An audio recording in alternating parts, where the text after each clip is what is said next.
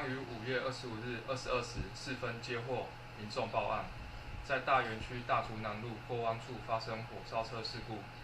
警方立即前往现场管制及处理，并消防队于22时21分扑灭火势。事故致小客车疑似过弯未依规定减速，自撞速限杆，造成起火，致驾驶及乘客3人死亡。警方将调阅监视器以厘清肇事过程。